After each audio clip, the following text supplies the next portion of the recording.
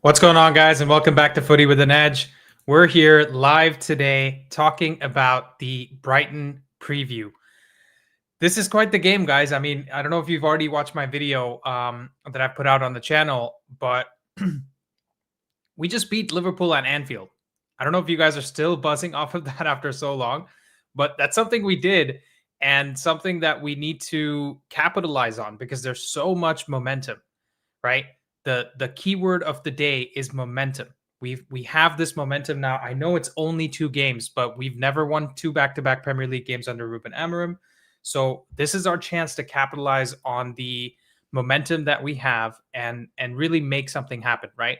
And I gave a bunch of reasons for why Dave's Gaming is in the chat. Evening, Dave. Please join the StreamYard link that's pinned in the description if you want to get your thoughts in. Yeah, so we've had quite the difficult time under Ruben Amorim, and obviously for many reasons, people wanted him to be sacked already. But looks like we made the right call by sticking by him because that Anfield victory was huge, right? And he's the only manager that's won at both Anfield and Etihad in the last in the last 5 seasons of the Premier League. Arteta hasn't done that, right? And no other manager has done that either. So that's something that's a big achievement that we need to capitalize on. Now, I just want to share my screen and walk you guys through. Let me just grab it here and walk you guys through my team for this game. Let me just get rid of the banner here. And boom. Okay. So this is the team that I think he should be going with. I think Šeško needs to start this game because we're going to need that target man. Brighton are going to play as low block as possible to make it very, very difficult for us to get any space to get in behind and also maximize the amount of space that is behind our team when we have to stay at the halfway line, right? And I suspect that he's going to stick with Maguire because he's a senior player and he scored an important goal. And that might actually be the downfall for us because my guess is, even though I want Euro to start, even though I want De Ligt to be the central center back, it's going to be Maguire, Shaw, and De Ligt.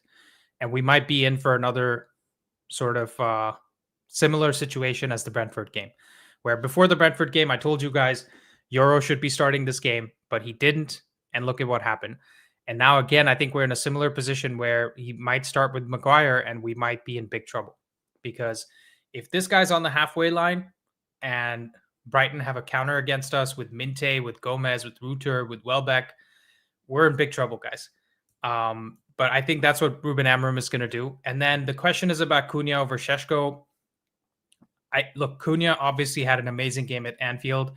And I think nobody's going to be upset if he starts. Even I'm not going to be upset if he starts. But the problem is that Šeško hasn't done anything wrong either. He scored 2 in his last 2 starts. And I think we need a target man for this game. So I think he should start. The other position is Dalot over Dorgu. I think, again, he's going to go with Dalot because, they're going to consider that a good game from him and he had a good impact. He did do some good things, right? He wasn't just crap the whole time, but it was definitely more bad than good. But I think Dorgu should start, but I think he's going to start Dalot. So this right here is the team that I think Amorim is going to go with. In my opinion, it should be Euro over Maguire and De Ligt in the central center back. Should also be Dorgu at left back, and it should also be Šeško at striker. And I think he's going to go with Šeško. So that one I think will be, we'll have the same call on that. But what are your guys' thoughts, right? Let me see some of the comments here. Zahir says, is Mazraoui fit? I'm not sure. He also says he's shouting out from Ghana. Nice to see you, man. Ijas Ahmed says, hi man, how you doing? Starts Šeško to frustrate defenders. I think this is nonstop. Nice to see you again, nonstop. Maguire gets exposed in the high line all the time. It's just that sometimes we don't get punished for it. Yeah, that's true. But I'm telling you guys, this, Brighton is a giant killer. They've already beaten City. They drew with Tottenham. They beat Newcastle. They beat Chelsea. These are all teams that, play similar football to us, right? They're all big teams that want to have most of the ball. And then, yeah, I agree with what Poppy PK says. I think it should be Euro to start, Mount to start. Cunha comes in the second half. We know Mount can't play 90 minutes because of his injury history. So Cunha off the bench, he could score, right? He could come off the bench and score, and that's still really good for us. Mohammed says he's really worried about this game. Look, man, I think we're in a position right now where everyone's worried about every single game. I don't think there's any easy games right now, and it's just the nature of the beast, right? Although they beat us because of the red card, Chelsea could have scored 3 in the first half. No, absolutely. Like, we're not saying Brighton is unbeatable, right? It's just that Brighton is basically our kryptonite. If we feel like we're Superman for winning at Anfield, Brighton's our kryptonite, right? So we need to be careful in terms of what we expect from this game. I'm still expecting a win for us, but it's not a guarantee. The trio, Minte, Ruder, and Welbeck needs to be taken care of. Yeah, absolutely. He'll start the same team from Anfield. Great channel. Keep up the good work. Yeah, I think so. And this right here is the same team except for Šeško instead of Cunha. That's the only thing I think that he will actually do is put Šeško into the team. Because, again, he didn't do anything wrong to get dropped in at Anfield, and Cunha hasn't done anything wrong to get dropped in this game. But the point is just that I think when you're playing against a low block, having a target man is going to be super helpful. And also, if they're going to try to press us, we need someone to win the long balls, which is a different challenge in this game, right? They don't have Van Dijk and Konate in the back. They have Van Hecke and Dunk, who are good in the air, but they're not the same look, like physical quality as Van Dijk. Footy, why was Bruno playing on the right more on the Liverpool game? What do you mean on the right? Like the right of the midfield? I actually didn't see that. I saw him more on the left. He was actually playing closer to Cunha on the left. In fact, I can pull up his. Let me see if I can pull up his.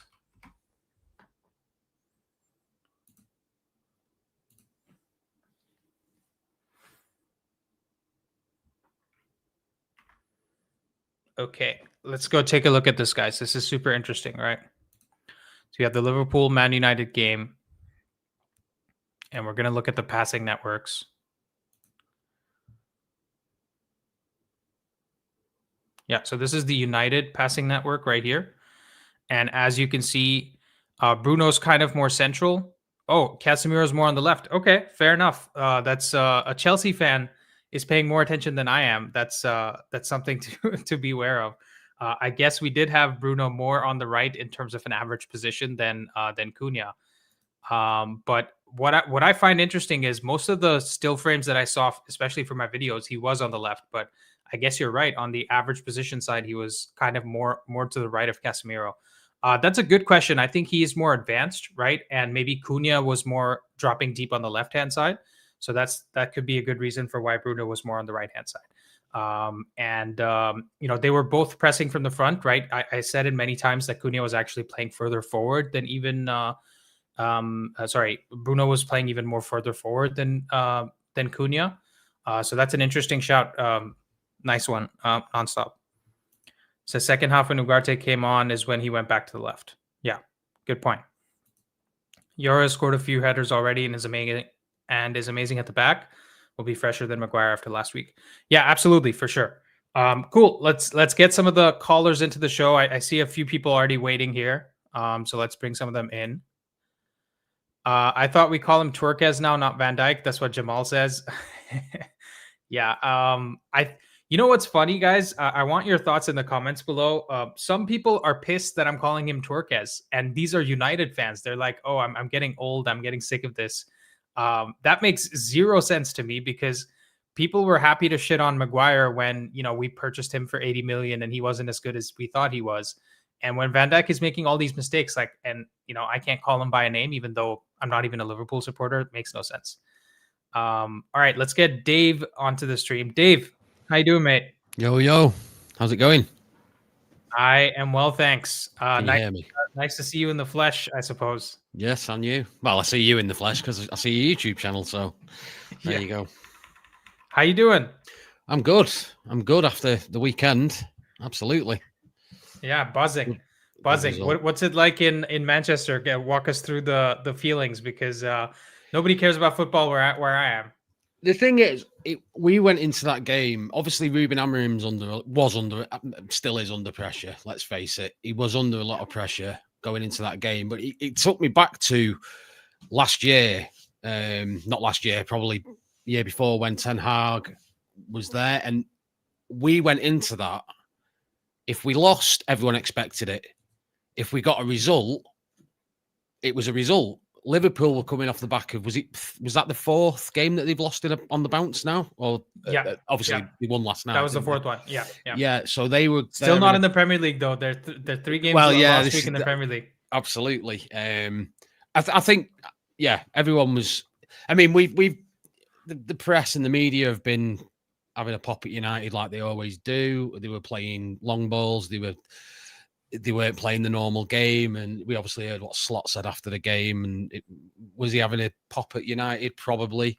Amorim got it right. He got it right. He went into the game thinking, I can't play how we've been playing against other teams. Maybe he's having a bit of an epiphany moment. But yeah, he got everything spot on that game. And Liverpool had the chances, but we had the chances as well. We could have been 2-3 up in the first. We should have been 2-0. How Bruno didn't score that? I know. That was like the most open net moment. I think Bruno still wakes up at night. Well, then you look at the Gakpo header in the second half, and it was. No, but Bruno, I'm guaranteeing you, like when Bruno's like 70 years old, he's gonna wake up and think, "How did I not put that in the back of the net?" If you do 10 of them on the bounce, he scores 9 of them. Oh, absolutely. And that was just the one that didn't and that's the one he missed. And I don't think he could believe it either, because Mamardashvili, the goalkeeper, like he had no chance. He was rooted to the spot, right? Yeah. And so for everyone that's saying, Gakpo hit the post twice, and then there's that cross from Chiesa, I think that hit Bruno's leg. Yeah, exactly. He missed. You missed. And how many times have we had where we've missed our chances and nobody gives us the credit, right? I mean, a shot hitting the post isn't a shot on target for a start. Exactly. If our keeper wasn't even in the net, it wouldn't have gone in the goal. So it missed. Exactly. And that's all I keep saying to people that say, it also has 0 post shot XG. A shot that hits the bar, because it's not on target. Only shots on target have post shot XG. So it was a terrible finish. Like whatever you want to say. You can hit the post as many times. I would say you need to question his eyesight if he's hitting the post that many times with that many shots. But yeah, I mean, the magic at the end, when we went 1-0, when Liverpool equalised, I started to get the shakes. I thought, right, this is it now. They're going to open the floodgates. And we obviously held on, and that magical touch from Bruno at the end just lofted it into the box. He's a madman. He's a madman to just like go for that volley, first time. And it was unbelievable. What a madman! Like honestly, and he was knackered as well, right? Yeah, like he was so tired that he actually got substituted, right? And he covered every blade of grass that game. People were getting on him for taking some loose touches. 2 things I'll say on that: Maguire's pass, where he took that loose touch from in midfield, was kind of heavy and to his left, right? So that was a bad pass. Second thing, he was knackered, dude. Like how much more can he give you? For Bruno to get substituted and it's not him having a bad game or an injury, that tells you how tired he must have been. I mean, especially playing in that role that he's playing in as well, he has to have more discipline to control the midfield. And Bruno's he's never had the best touch. And although his passing accuracy can be questionable, some of the passes he pulls off are unbelievable. He's one of the best. He's one of the best 5 players in the league, like without a doubt. Nobody wants to give him the credit. No, just overall, like I think he's one of the top 5 players in the league consistently over the last 6-7 years. He's created more chances than De Bruyne when De Bruyne has played. And he has the most chances created across the last 4 seasons, I think. And you don't just do that by being like a championship player, right? Exactly. You'll never see Dan James have those statistics. And so people like to pretend like he's like some crap player, and it's just because we're such a divisive team. We've not been so good, right? But Dave, let's talk about the Brighton game. Do you think I'm scared of this one? I think we're scared of every game, right? If we play Grimsby again, we'll be shitting ourselves. I mean, Brighton are a bogey team, and they have been over the last 3-4 seasons. They've had some good results against us. They've had some good results against us at Old Trafford, I think, as well. We're going into this game off the back of a massive win against the Scousers. I'm hoping that Yoro starts because we need the licks in the centre because Danny Welbeck can cause all sorts of trouble. They've got Belieber in midfield. I'm not convinced because if what I saw at the weekend against Liverpool, Jamie Carragher did a great breakdown of the game. We played for second balls. That's why San Lamens was going long. I wouldn't go as far as to say a great breakdown, but I thought he was. I think he did really well. No, I'm just having some fun. I'm just having no. I mean, I don't mind Jamie Carragher. He doesn't play for them anymore. I know he's still a Scouser, and he was originally an Everton fan, so I can't be too hard on him. But we played through the centre. We played for second balls, and we were almost man for man marking. And I thought it was a great tactical bit of play. I don't think we can do the same thing with Brighton. No, so the reason he did that, right? And I mentioned that in my Cunha video, which was the second one I dropped after the Liverpool game. I don't know if you caught it, but basically, the game plan was to not give a reference point to those center backs. Yep. And then Van Dijk and Konate would both have to constantly think about when do I jump? When do I and go? When do I sit? Yes. Right. And because of Ubisoft Connect wants to update my computer in the middle of the stream.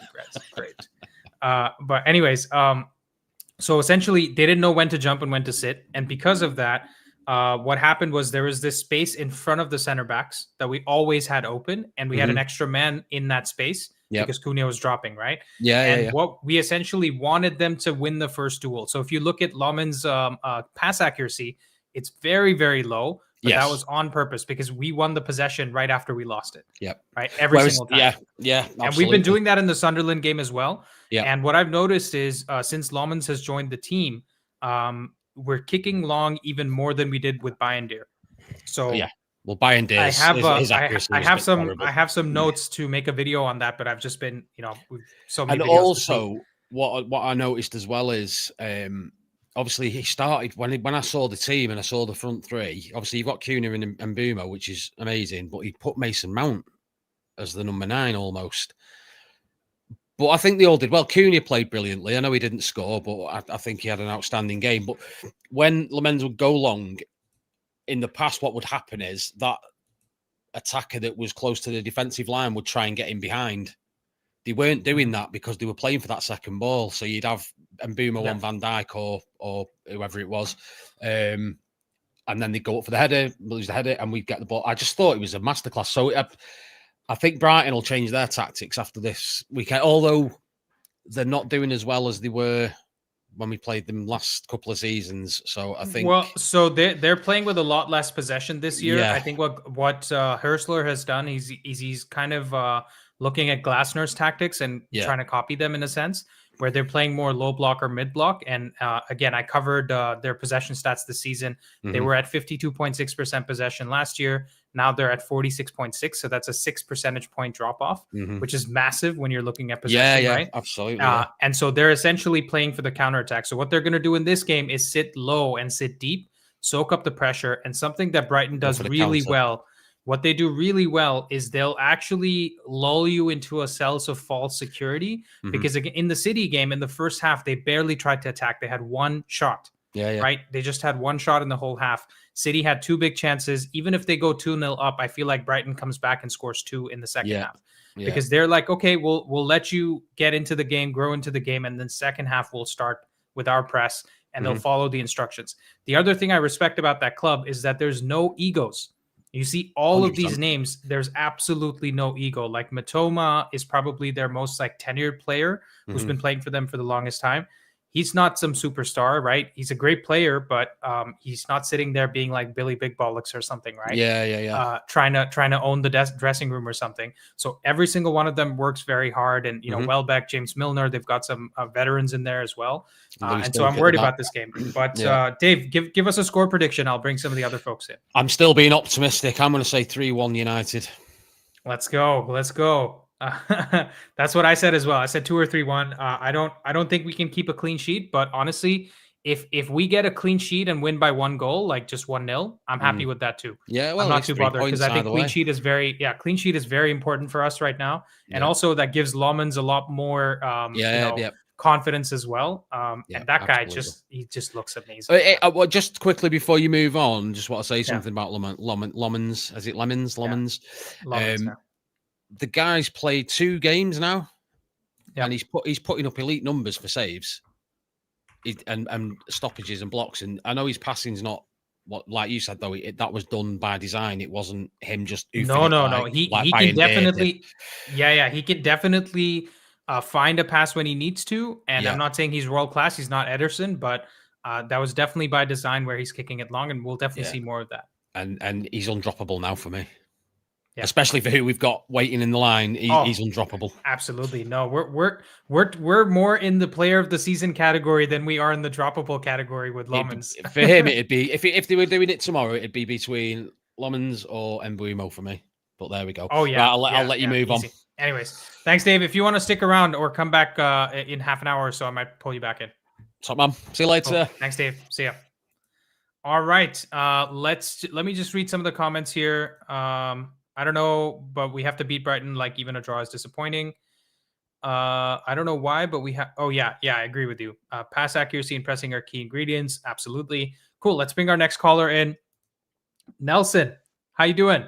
Hey, You're can live you hear me? on Footy with an Edge. Yes, I can hear you. Perfect. So what do we start? Do we start with the Liverpool game, or do we start with the Brighton Well, game?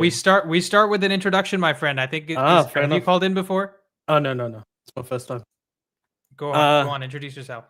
Well, I'm Nelson. I'm in. Well, actually, I think you said you're from Toronto. I'm down in St. Catharines, so I'm not too far. Oh, very away. nice. I have Yeah. A close friend who's from St. Catharines. Oh, there we go. Yeah. Yeah, for those of you guys wondering, St. Catharines is like the town right next to Niagara Falls. Yeah. And it's pretty close from Toronto as well, like an hour maybe by train. Yeah, But no. yeah, anyways, that's very cool. How long have you been following United? Since now, this is a blur. I think it's following 2001. I'm pretty sure 2001 or 2002. Nice. And I used to follow players specifically. Like I like Beckham. I liked Giggs back then. Yeah. Then eventually, just followed the team a lot more. But So you're the original member of Player FC. true, yeah, I am Player FC. I used to be Player FC back in the day. At least in the last good team. I still hoped Hargreaves was going to be good for us, but constant injuries. But yeah. Now I'm not Player FC though. Now I'm heavily on structure. Ineos we can discuss. I think Ineos have been hit or miss for me. I'm not a fan. Well, they have a lot to prove, but there's some things that I like. And that's definitely the problem is we're also dealing with a very low bar, right? It's akin to saying, how people are calling Lomans Schmeichel already because we had 2 shit keepers. That's crazy. Yeah. So it's the same thing, right? We had Glazers being shit for so long that now somebody just comes and grabs the ball in front of the net and we're like cheering them on. Yeah, I think I do respect how our summer transfers went through. I didn't like that they didn't back Amarim in the January of last season. But overall, let's be honest, I'm still leaving it out there because it's such a short time span to assess how good or bad they've been.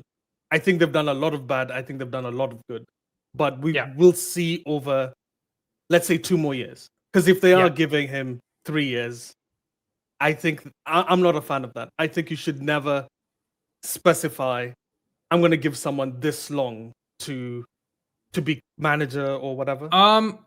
So I think what it is, right, is it's I can see why they did it, and if I could give my spiel on it, Sure. I feel like essentially the problem we had was they hadn't done a good enough job of backing Amarim in the public before they did that. And then they overkilled with the backing by just their words, right? Because what you need sometimes is the words, is saying the right words, but also the volume of the words that you put out, right? So instead of just doing one conference where he's like, we'll give him a lifetime contract, you should say something over a span of weeks and months where you keep coming out, every 2 weeks when we had a bad result and say, listen, we need some time. We've talked about it internally. Just be honest with the people, right? Because today it's not the same as it was in 2005. Like with social media and everything, like there's like 50, 60 fan channels that have more than, 30,000 subscribers or whatever. Right. And everybody's doing this like detailed analysis. Like even I don't know if you've seen the athletic video that I did, but it's gotten all these views, and it's come from where? From a 30,000 subscriber channel, right? It hasn't come from like the top of the totem pole. So you can see how deep it goes in terms of the love for this club and how much people actually watch and how much they care. So if you just come out and share your plans and say, listen, guys, we knew it was going to be difficult. In fact, we projected that we were going to be in this position. So we need to give it more time because it's not going to work, overnight, instead of like just one interview where you say we're going to give him 3 years. So that's what I would say. I agree with you on the backing.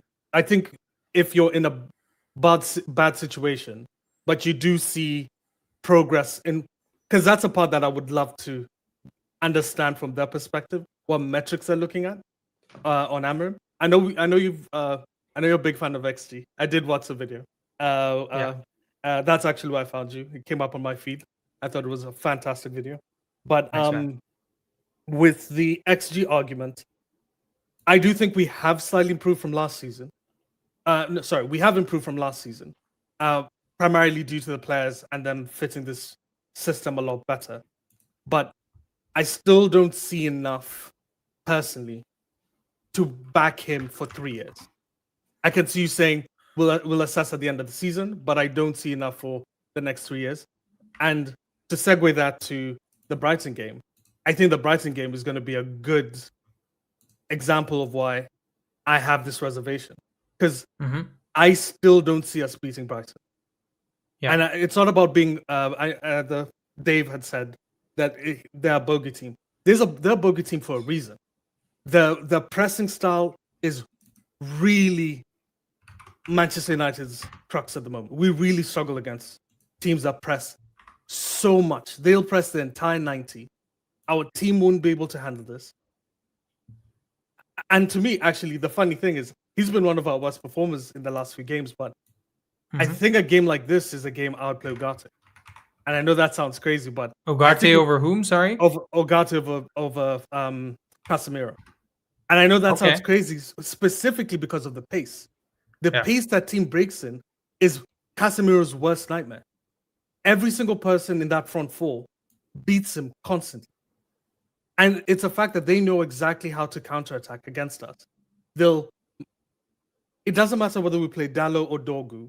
Either one is going to be susceptible to them. But Nelson, I agree with the first half of what you said, which is that you're worried about the Brighton game because, again, I did the preview. I'm worried about the Brighton game, right? Everyone's worried about the Brighton game. Liverpool are a better pressing team than Brighton. Like that's not just me making it up. And Casemiro played in that game and he was fine against the press. The way they press specifically on the mid to low blocks is significantly better from how Liverpool press. Okay, Liverpool it's a different press. Yeah, it's a different press, but Yeah. the high press is definitely way more dangerous and threatening, right? It's one of those that like kind of forces you to make a mistake in a more dangerous area than the mid block is, right? The reason I say that is I think Welbeck is one of the best forward pressers. Like in terms of the forwards in the league, I think he's one of the best. I think if you look at Liverpool's failings, is Salah doesn't press as well, and it seems Isak isn't. I think we're looking at Isak right now, and he's still trying to figure how the team's set up. And when you look at how he played in Newcastle, he only pressed when the team was in a certain vibe. He was a vibe presser, as opposed to what they expect in a slot team. When I look at Brighton, I think Brighton's a well-oiled machine that are comfortable forward. They're so comfortable sitting back in a low block or deciding at certain instances. They're so good at switching, and I think that's going to be our issue. But our issue is again, and Nelson, the concern I have is not about the fact that Casemiro could be a problem on the ball, right? Because I think we've seen that, and that's not like none of us are sharing any sort of breaking news with each other. Like, right? So Casemiro could be better for sure. But when you say you want Ugarte over Casemiro, he's even worse against the press. So that's the part I don't really. I'm saying it from a defensive point of view. I see red cards all over when I see Casemiro play. Okay, so you're saying we're going to lose the ball anyway, so might as well have a ball winner in the team. You might as well have a ball winner in the team. Who's okay? Because the issue I have is whenever we seem to play with Bruno and Ugarte, Ugarte sits deep and then Bruno bumps forward, and essentially Ugarte's whole role is screening the whole midfield. But Casemiro does the same thing. Casemiro doesn't really leave his position. Exactly, but the problem with Casemiro is look at the number of red cards he gets and look at the types of play he gets them on. It's always quicker players. Look at the Chelsea game. You see it every time they start targeting him when they notice he's very good when the ball's in front of him. When the ball is sprayed up top of him or the guys on the half turn, Casemiro constantly gets reds. I agree. He does read, as the guy said, Casemiro does read the game better than Ugarte. But overall, the one thing that teams won't do when Ugarte is playing is they kind of go around him. They don't go at him. But Casemiro, they do go at him, specifically dribblers. And the front four, Yankuba Minte is, I'm not joking. Yeah, so I see what you're saying. See, I can see what you're saying because the problem with Casemiro is when someone goes at him, he's likely to go to ground. Exactly. Right? It's not even about his legs. And then once you go to ground, it's like there's a lot of space behind you and he can't really recover. That's the problem I have is I feel like Casemiro is less bad than Ugarte still. Yeah. Right. And it's if we had a much better player than Ugarte behind Casemiro, I would absolutely agree with you. I mean, I would send Casemiro back to Brazil, right? If I could just wave a magic wand. But he like in any angle that I can think about, I still think Casemiro offers us more. And let's not forget in that Liverpool game, he came back from Japan and Korea after playing 290 minutes for Brazil. Right. Yeah. And one of the games he lost and he still gave us that performance because I don't know if you'd agree. He was very good in the time that he really played that game. Yeah. Also, I believe he got injured. So you might get what you want anyways. Is he? I didn't yeah, see I think he got injured. Yeah. But anyways, Nelson, honestly, I really enjoyed this conversation because you have a different perspective on it. And I feel like you've articulated yourself very well. So I really appreciate that. If you want to stick around, I'll get somebody else in, and we usually do like a group discussion towards the end. But give us your score prediction for the Brighton game. Okay. Optimistic would be us winning 2-1. Okay. Deep down, I feel like it's a 2-1 to Brighton. Okay. Fair enough. Yeah. I don't think that's a crazy shout. I for sure. So you're essentially saying 2-1 victory to either side or 1-1 draw. Well, that's a best case for me. I think a draw would actually be best case. Yeah. Okay. Fair enough. So United Strand is not cutting your hair. Not cutting his hair. No chance. 5 games. Good luck. Okay. All right. Cool, man. Thanks for calling in. And like I said, stick around if you want to come back in later. All right. Thanks, man. Cool. Thanks, guys. So that's Nelson from St. Catharines, Canada. Great first call. I'll bring in Yadman next. Yadman, how you doing? Hey, well, go on. Watch this now. Is there anyone waiting after me? Yeah, of course. There's a few people. I don't mind waiting because I'm doing non-YouTube friendly activities, but I'm in the background. Okay, sure. I'll pull you in later. Right. Well, we'll see a happier Yadman coming in later. And we have another Jamaican in waiting as well. I see Brian twice.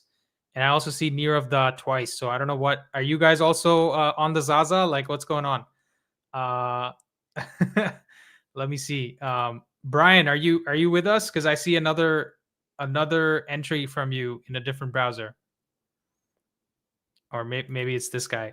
Which one of you is the real Brian? Me? Yes, I can hear you. All right. I got you. What's up? What's up, man? Nice to put a face to a name and a voice. Right. Definitely. How you doing? What's going on? I'm a bit in between. I mean, there's a hurricane coming, so. And you're not talking about the Brighton game. The Brighton game, I'm a bit. I feel we're gonna win, but I think that's highly based on our team setup. and I really want Euro to come back in the team so we can have a higher line and we can press them and squeeze them in a bit more. Because we'll play attacking wing backs in Ahmad, maybe Dorgo, which is what I'd prefer. And we'll have a target man. So I definitely want us to squeeze Brighton more. I'd say the difference between a Brighton comparative with a Brentford is that maybe the Brentfords would actually defend a bit better. Looking at Brighton's record, they have scored 12 and conceded 11. So they aren't this great defensive team. So I think they can be got at. So press them like how Newcastle had pressed them and got a goal back Mhm. by Walter Mata, and we can do something. But if we drop off, they're pretty close. They're good technically. They're very good technical players. Mhm. I so for me, the thing with the thing with Brighton that is concerning is that they are a better passing team than Brentford are, right? From the back, they Right, have like much more technical players. Like their center backs are good right. passers, their fullbacks are good passers. Um, and I would say they also have the pace that Brentford have, right? So for me, they're slightly better version of Brentford. Yeah, And Minte that's is the concern crazy. for me. Yeah, Anas is giving you some credit there. But yeah, basically, I I feel like in this game, our biggest worry is going to be if Maguire starts. Right now, Yeah, there's a definitely. chance he starts and gets the winning goal again, and obviously we'd all be happy for that. But the The problem counter is we have the argument to same that problem. though, Yeah, the go counter for it. argument to that though, I was observing what Van Hecker and Dunk's aerial battles were. I think Dunk has won about 23, roughly the same thing as Van Hecker. But overall, as a team, they've won 100 aerial battles. So it's not like they are the best aerially.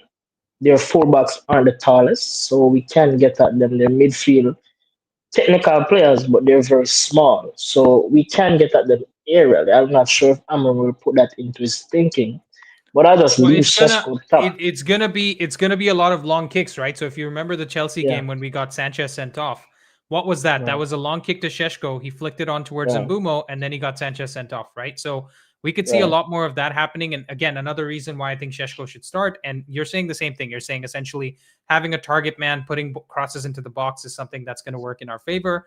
And also, if they're not very good aerially, then Sheshko has some more chances to win some headers from the long kick that Lomans does, right? Right. He definitely beat Van Dyke a few times in the air too, and Van Dyke's no slouch. So yeah, Yeah, I mean, you I got to get believe his name he'll do right, well. though. You got to get his name right. Torres, Yeah, there you Torres. go. Exactly. It's just the Um, quality of the crosses we'll be expecting to rise our level. Once we can get the quality of the crosses up there, Cisco will put something on it, and we should be fine. Yeah, The that's the other score reason I line want. should be two That's the other one. reason I want Dorgu to play because if you have a right-footed player on the left-hand side, he has to cut inside before he puts the cross in. Whereas Right, Dorgu can play the first-time cross, right? And that's more dangerous for the center backs. And also, Van Hecke and Dunk are not very fast. So right, once the cross right, is put in, Sheshko can definitely beat them on a foot race to get in. And I want to see those early crosses. The one that maybe bounces once and then has to be volleyed in, right, something like right, that. Yeah, right. that'd be great. We saw that in the Southampton game though. Sunderland game, sorry, where Dogo had the chance to put in a lot of early crosses to Yeah, yeah. disrupt the defensive line. He hesitated, but he had the opportunity to. He put in one really good one that Cheshko almost got to Right. the end of, and then a It few was others behind that the he flag. hesitated. Yeah, Right, right, and then a right. few others that he hesitated on. So Brian, what's your score prediction for this game? You know, you know, has to be What is 5 it? nil. I'm joking. 5-0. I'm Yeah. joking. I'm joking. 2-1, 2-1. But based on how we're playing, we'll make it definitely difficult for ourselves. 2-1. Yeah. Yeah, absolutely. I'm not expecting like an amazing game from us just because we won at Anfield, because we know these players they see the Liverpool game, they see Anfield, and they step it up a level, but they see these teams at Old Trafford and they don't. But the one thing I will say that people are maybe looking over a bit is we have been really good at Old Trafford this season. Even Right, right. we've only lost one game. We have 3 wins and 1 loss. And the game we lost was against Arsenal, which arguably we played very well, right? Even Should have better than some won. of the games we won. Yeah, exactly. So we should have and could have won that game. So we've been very good at home this season. And I actually think there is a chance he tries to bench Mount and start Cunha because he wants both Sheshko, Cunha, and Mbumo to start getting their reps in. But I feel like Mount is so important to us right now for the defensive Right, cover right. that I still think he should go with Mount and bring Cunha off the bench. But yeah, any What I final thoughts, observed Brian? in what I observed in Mason Mount in the Sunderland game was that immediately when we were in our mid block shape, he fell down and he created a midfield four. Yeah, And left Mbumo and Sesko to press, and he sometimes dropped in the wing back position, and he created what is a positional mismatch. So not knowing who to mark, and he would then make late runs in the channels. And we saw it when Delict was playing a ball into the channel. Though he didn't reach it, was the right idea. So Mount is much more tactically flexible for the team, but Cunha is just Cunha. I yeah. can't shake Matthias Cunha. The I man's you know what's interesting? I think the other argument for playing Dorgu over Dallo is that because Mount doesn't have the pace in behind, if we play those long balls onto the left side, we could have Mount kind of protecting Dorgu's position and Dorgu being the one who gets in right, behind, right, right, right? right, And I right, think that's a really good option that we should consider. That could give us some, that could make us very dangerous because Brighton actually do this. Well, they'll have the left back get the long ball from the goalkeeper, and then he passes it off to Matoma up ahead of him, and then runs beyond it.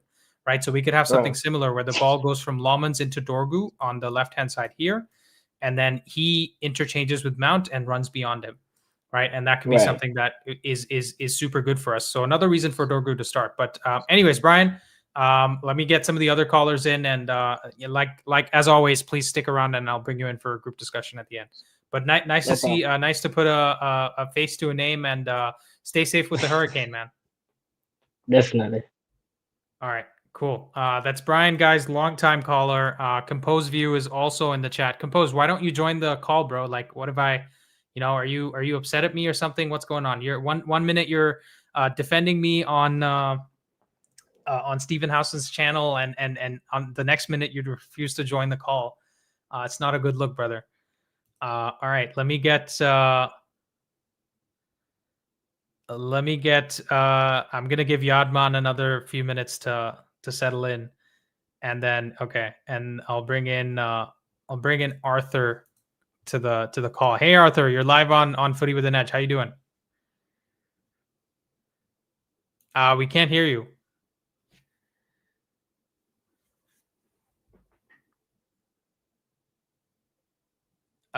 Maybe you can just check your mic settings. I'll bring you back in in a few minutes too. Okay, cool. All right, my brother Rishi, how you doing?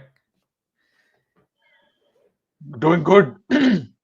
Hopeful, excited about the Brighton game.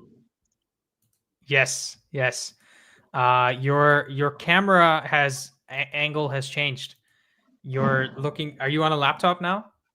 No, I'm on my phone right now.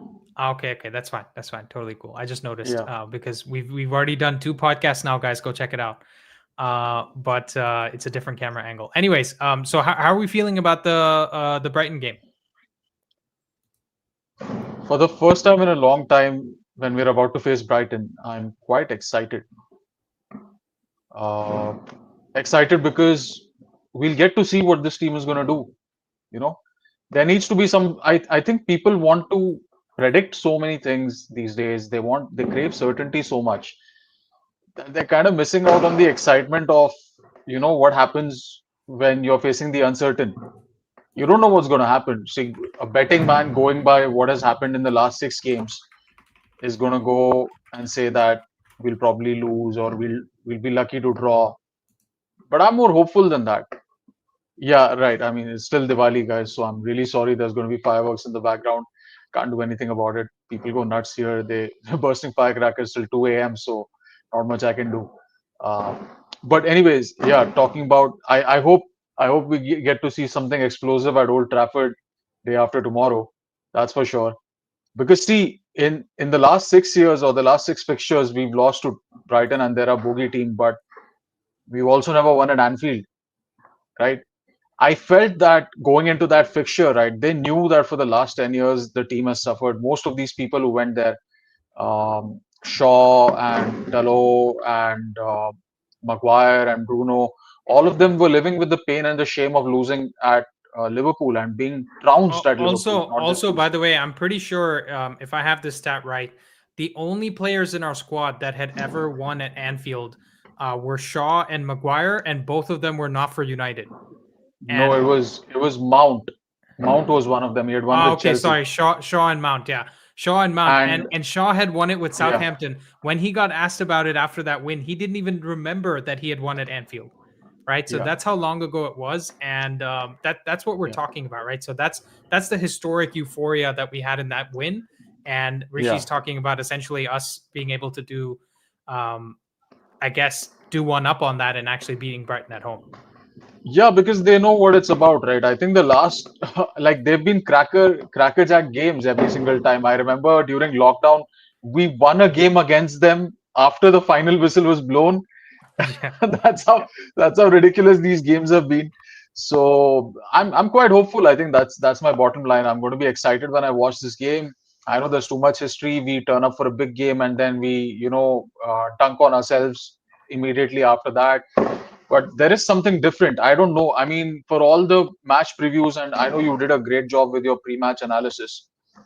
And United being expected to be the protagonist of the game and expected to dictate the tempo of the game. I think you might see Amarim doing something different because he surprised us all, right? I mean, he surprised Slot for sure by playing them long balls, Yeah. right? By Guys, starting why are you Cunha. changing your team? Why are you changing your team, guys? And then he went on and said 5 or 6 of the last games that he's played, all the teams changed their lineup against them. Like, wah, dude, come on. Why you got to look like a And baby and act like a baby?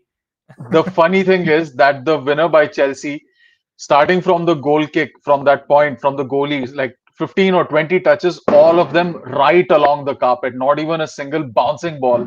It was right along the carpet, and even the finish was right along the carpet.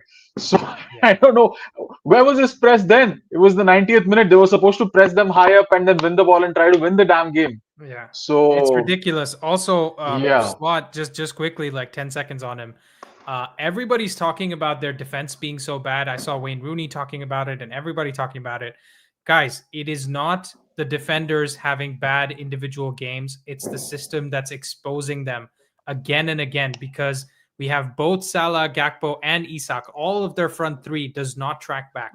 So you're essentially playing with just the midfield and the defense. And you're asking VVD, who's on his last legs, by the way, right? Like leave the game before the game leaves you. He's in a position where he has to do like the work of 3 players. And Kirkez, who's 21, who's just come in from Bournemouth, he's also asked to do the work of 2 players. So, Slot needs to figure it out. Finally, he dropped Salah for the Champions League game and looks like it worked for them. But you need 2 out of 3 of your front three to track back. You can't just have you can't carry players, right? And that's why they miss Luis Diaz so much. By selling Diaz, they made a big mistake, in my opinion. But anyways, yeah. So Rishi, more on the Brighton game. Give us your score prediction. I think it could be like it's not going to be like they're definitely going to score. That's for sure. I don't think they won't score. I mean, Danny Welbeck in their lineup, he's always good for a goal against United, right? Mm-hmm. I wish that guy would actually celebrate once because him not celebrating pisses me off even more. Because you were as good when you played for us. I remember those games. I remember how bad you used to overrun the ball. You weren't worth the money that we sold you for to Arsenal, and you stank up Arsenal too. And then finally you reached your level with Brighton, and that's when you're scoring. And just Well, celebrate it, dude. Be happy. so the thing is, to be fair, would Welbeck now look as bad as Welbeck back then? Probably not, because we had way different standards, right? We had a different team. And like what's it called? He came through our youth academy, right? So we spent all this money on Hoyland and he stunk up the place as much. We spent like 75 mil on Lukaku and he stunk up the place.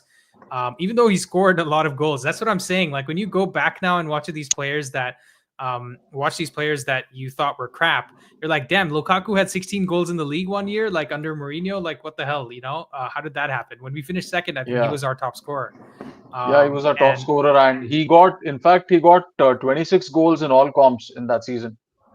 yeah, Not exactly. too bad, right? I would He do. was still I would kill exactly for Sesko to get that kind of. I would kill for Sesko to get that kind of a haul now. exactly. So that's my point about So Welbeck. I think I agree with you. I think he should celebrate, but I feel like I would love to have him back on loan or something as an experienced striker who's working for some of the games that we play. The problem we have now though, it's like we have one competition.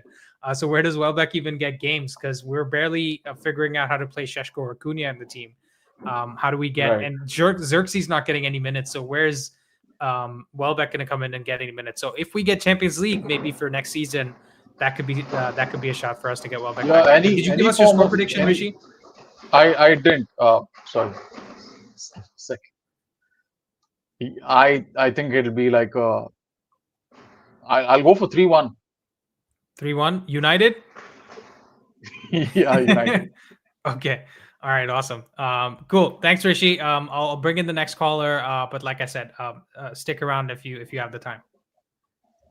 All right. Cool. Let's bring Arthur back in. Okay. What? Hello?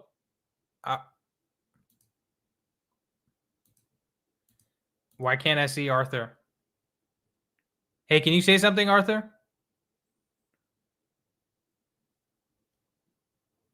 Am I tripping, guys, or can I not see him? Okay. I think there might be something wrong with his studio. Arthur, if you want to come back, like reload your studio, I can try to add you back in. And okay, let me read some of the comments. Poppy PK says, Andy, what do we think of Stila? Of course, if you want to talk about him this stream. Yeah, absolutely, dude. I have no problem talking about him. And I'll probably have to do a dedicated video on him. I think Stila is a very good player. He's a very good passer. Again, the only question would be how good the transition from the Bundesliga to the Premier League would be. What I would love for us to do is go buy him in January before he renegotiates his release clause. And just instead, offer to pay him whatever the hell. Does he play for Frankfurt? What team does he play with? Stuttgart, right? Let's see, Angelo Stila. Yeah, he plays for Stuttgart. So we should just go negotiate with him and say, we'll just give you the money and get him in for like 30 million euros. And I think for that price, it's a steal, right? Because I think he's going to be much better than Ugarte in the team. Doesn't quite have the defensive work rate as Ugarte, but he will definitely give us a much better passing option in the team. And we have to rely less on someone like Casemiro. And we are also less worried about having to pay like 100 million or something crazy for Adam Wharton or Elliot Anderson or Baleba, right? So I think getting Stila is a very good call and definitely a good shot. Okay, Arthur's back in. Let me see. Hey, Arthur, how you doing? Hi. Hello. Oh, wait, can you hear me? Yes, I can hear you. It's a little bit low though, so if you can get closer to your mic or something. So, right. Can you hear me better now? Yes, that's perfect. Go on, introduce yourself. Hi, I'm Arthur. I'm Ugandan. Watching from Germany. Nice. So, very nice. Nice to meet you. Pleasure to meet you. I love what you do and how you hold them accountable. Thank you. I'm assuming, did you start watching the channel with the athletic video or were you watching before that? No. I've been watching for a while, but it's been really, really difficult. These last 2-3 years have been difficult to really enjoy Man United Fan Channel entertainment. Mm-hmm.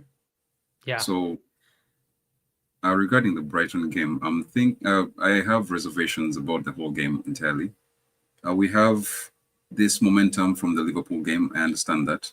And we are expected to be the aggressors or the protagonists in the game. So which means they're most likely going to concede possession to us. However, to me, it doesn't really matter whether they concede or don't concede possession. We have players that can break them down. My only worry is that we have these lapses of concentration, usually around the 25th minute mark. So at the start, the first 10-15 minutes are really good. Then around the 20th minute, you start to see them lose their concentration, and around the 70th minute mark. So it's usually prayer time around those 2 periods in each half. You can see that the last games we've lost to them, we lost all concentration, and they had free players wherever they just kept running us ragged, essentially. So I saw you pull up that lineup previously. Could you, if you don't mind? Yeah, absolutely. Let's do it. For sure. There we go. So honestly speaking, the left side with Mount, Shaw, and Maguire really gives me a hard time thinking about it. But that would be better. I think Maguire should be on the bench. We can have the leg back down the middle and introduce Euro to deal with those wingers.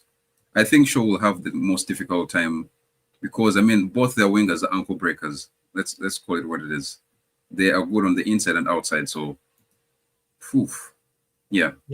Well, the good thing for us is, I don't mean any harm onto any other player, but good thing for us is that Matoma is injured, right? So on the left-hand side, I think they have to play Gomez, who isn't the fastest player in the world. But these guys, Reuter is fast and Minte is fast. And their midfielders are also like relatively fast, right? Ayari is fast. Baleba's got some pace. Welbeck isn't fast, but he's a good presser. And he's a decent passer. And Gomez, the same thing. He's a good presser and a decent passer. So that is working in our favor. That Minte is basically like, I think he's one of the fastest players in the league, by the way. So I see your concern with Shaw. But again, another reason why we need Dorgu instead of Dallo, because on this side, we need some pace to keep up with Minte. And again, this is kind of we're trying to pick from like the best of a bad situation, right? Much like we have Casemiro over Ugarte, because we don't really have like a great midfielder the same way we don't have a great left back or left wing back. Okay, so I understand that most people would pick Dorgu over Dallo in this particular situation.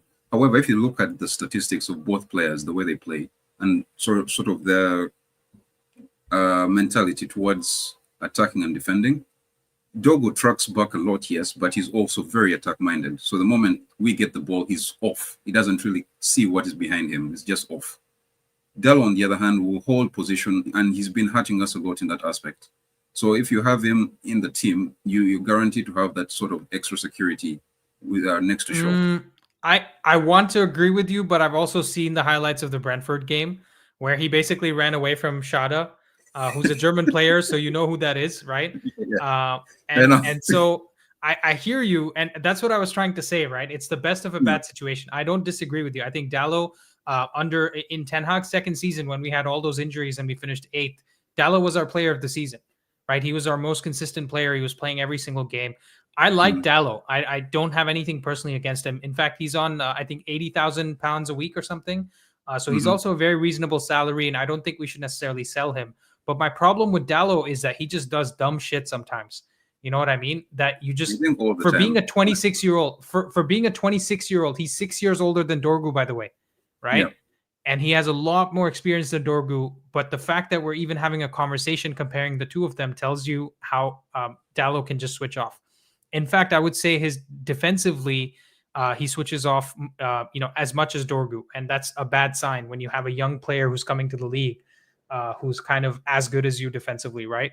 Because if you made the argument that Dallo was better in an attacking sense, because let's not forget what was the Burnley game. He actually got to the byline and cut the ball across for Mbumo's first goal, if you remember that. As the left wing back. And so he did that really well, whereas Dorgu's only assist is the header that he put in for Bruno to score, right? This season. I don't disagree with you on those points. However, I will disagree on the fact that Dallo, I mean, you've had to make post-match analysis where in your videos you say that the moment the ball goes through the left side of our team, it just dies. There is no output on that end. You understand? So to me, Dallo has been a more defensive option than Ahmad. Okay, no one is going to compare Ahmad to Ahmad because Ahmad is a winger and the rest of them are fullbacks. However, so My only concern with Dello is he loses concentration a lot more than so. Both Dogo and Dello lose concentration, and they're afraid to stick a leg in or to put their bodies on the line. Dello is the type of player who's going to. I mean, during the Liverpool game, you saw him gift Liverpool shooting opportunities with his clearances. So that's one of my biggest concerns as we go into this game, because we may have all the possession, but the moment they are around our box, Arthur, are you saying we should start Dallo or Dorgu? I'm confused now. Which one do you think should start in this game? To deal with Minte, I would go with Dallo for the first half, then switch out during the middle of the game. Fair enough. Okay, yeah. So you'd agree at least that it's a close one, right? It's not like yes, it's a bad situation. We're really struggling. We're going to struggle to have a solution for that one for a while. For the midfield, I do think they should rest both Casemiro and Fernandes for this one. They should rest them? Yeah, both of them. Fair enough. I mean, they may have had a week to rest and everything, but I do think it is time, because we will need that energy in the midfield. We need we do need somebody who's going to win back the ball and is also good in carrying it. Bruno is really good at connecting weaving the passes together. Yeah. But his ball carrying ability is not that something we know him for. So to me, I'd say let's give the two, so Ugarte and Mainu, an opportunity to see what they can do together in that midfield. Because then I'd say, since they're going to most likely concede possession, I'd say then, because we will have most of the ball, then it is better to have them in there to just to connect the passes better. I think getting Ugarte in the team is probably more likely than both of them being rested. And the reason I say that is because Casemiro did come off with an injury, so they might not want to risk losing him. And that's why I think Ugarte might start in this game. And that's something that I totally didn't remember when I made the preview for this game. So I think Ugarte can start, but there's no way Bruno's getting benched. We've seen him play 70 games in a season and he plays all 90 minutes, so there's no way he's going to bench him. But I do agree with you on one thing, though, which is when does Mainu get his minutes, right? Because he only got 5 minutes against Liverpool only because Fernandes was like completely dead, right? And Mainu didn't get his minutes. So listen, do I think Mainu deserves to start every game? No, because he needs to show us more. He needs to show that, look at what Bruno did for the assist for the winner against Liverpool, right? Is Mainu putting in that cross? I don't think many people in the league are putting in that cross. So, we need to respect Bruno for his contributions to the team. But the problem is, where if I was Mainu, I'd be sitting there thinking, like, when the hell am I going to get any minutes? Like, I'm not going to get into this team ever. And that's a fair point, right? So I agree with that. So Arthur, what's your score prediction? It's going to be tight. And so with Lemons in goal, we have a better shot of keeping it at 2-1 or 1-0 to us, but anything could happen. Welbeck does have a very, very nice scoring streak against us, so it's a 2-1. Well, if Lomans can make Salah look like a championship right winger, then maybe he can also make Welbeck look like the Welbeck that played for United when we sold him. I mean, I'd say the late will make him feel that pressure, because the challenge is not necessarily, it's not against Lomans, it's against the late. The moment Welbeck starts having joy against the Ligt, we are cooked. No, it's definitely, we have enough mistakes in our defense. We have enough mistakes in our midfield, right? But that's why Mount is super important in this game, right? A lot of the lower Dorgu, whoever plays, Mount gives us that defensive cover that, gives us some more protection, because even Bruno, sometimes, he likes to go out of position. And Mount being there to cover for Bruno is super helpful. But Arthur, you smashed it, man. Go for it. So I'm actually for keeping Mount in for the first half. You give him 60 minutes or 45, 50 minutes every game. Then you give them something to think about with Cunha. Not starting Cunha immediately, then having Mount drop in at the end. It doesn't really make any sense when you start the game and you're already thinking, trying to, to go at them when they're still fresh. You want that Yeah. sort of X factor at the end when they have. I agree. Plus right. Cunha is the type of player that can just run past like 4 players, right? Yes. So Yeah. when you have tired legs and he's doing that, he could even come off the bench and score a hat trick. Like that's the type of player Cunha is, right? He reminds me. I know this is a bad comparison, and I'm not saying he's anything like this player, but you know how Richarlison sometimes he will not be very consistent, but he'll score these bangers that are just like where is he got that from? So just in the finishing sense, I think he's a little bit like that, but he's a much better player than Richarlison, and that's the last time I'm going to compare him to Richarlison. But anyways, Arthur, you smashed it on your first call, man. Please do call in again. Thank you so much for having me. Yeah, appreciate you watching. By the way, how long have you been supporting United? It says since 2005. 2005, nice. Right around the same time as me. So what was that? That would have been Roy Keane's last season, or I think he just left before that, maybe. But or he was kind of frozen out of the team by that point. But anyways, there was the time when we had Scholes and Carrick. Scholes putting in those bangers, those bangers and go, and Van der Sar was still killing it. So exactly. I mean, anyways, the last 10 years, I've had to really, what do you call it? When your faith is tested in the team. Yeah. No, I hear you. It's definitely been tough, man. But hopefully the good days are back, like Amram has said. Yeah. Okay. Right. Thanks, Arthur. See you later. Pleasure. All right. There's just a question from Nonstop here, and I'm going to address it. It says, I remember the question I said I would ask about Cunha. How are his underlying stats? Is he doing well? Because there was a Chelsea fan who pointed his numbers ain't good, and he is a Joao Felix. Well, first of all, let's please never compare Joao Felix and Cunha, because Felix was somebody that never looked like he wanted to be there, if that makes sense.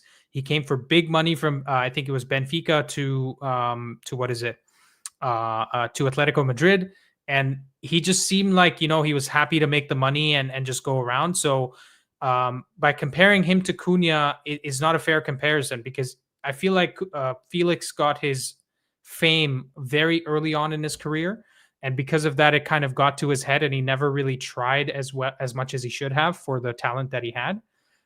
Whereas Cunha is a little bit different, because he had to go. He was also at Atletico Madrid.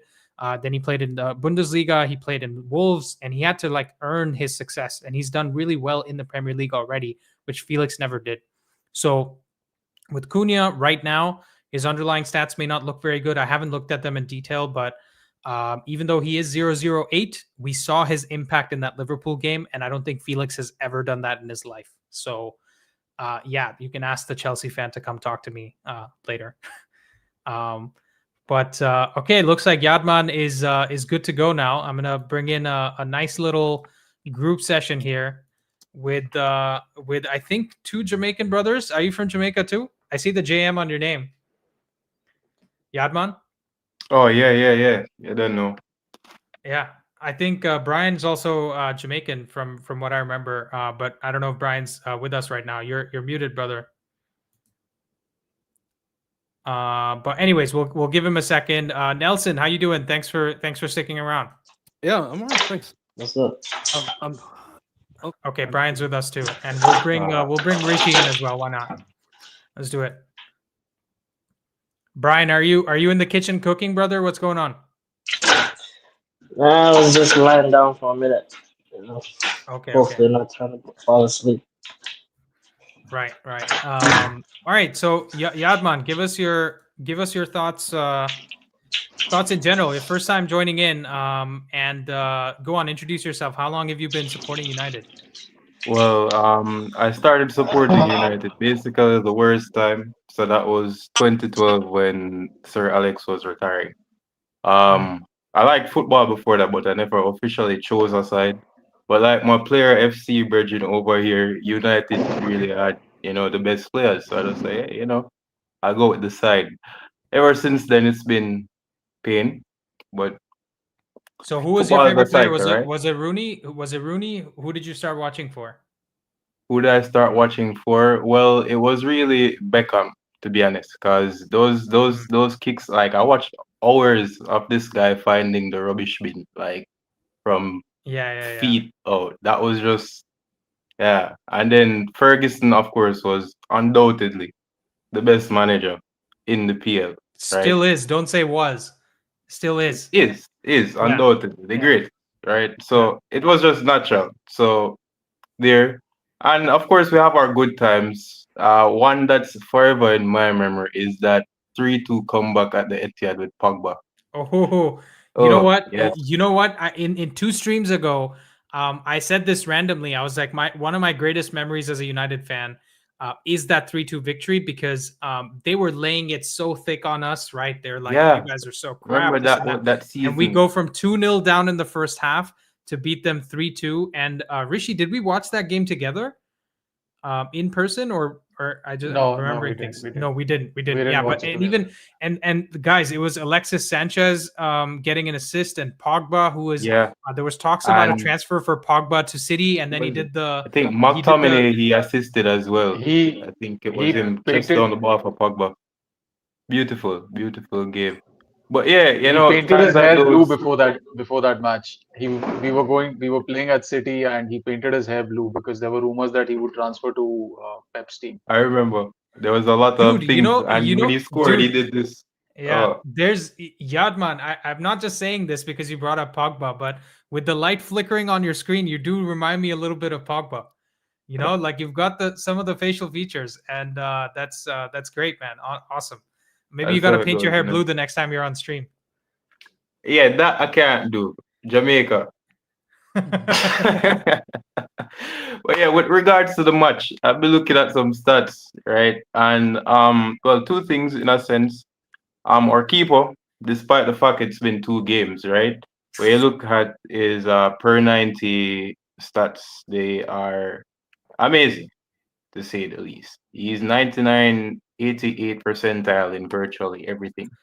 When it outside distribution. he No, also I has will the say he also has the best save percentage in the Premier League yes, right now. It's only two 88.9. games.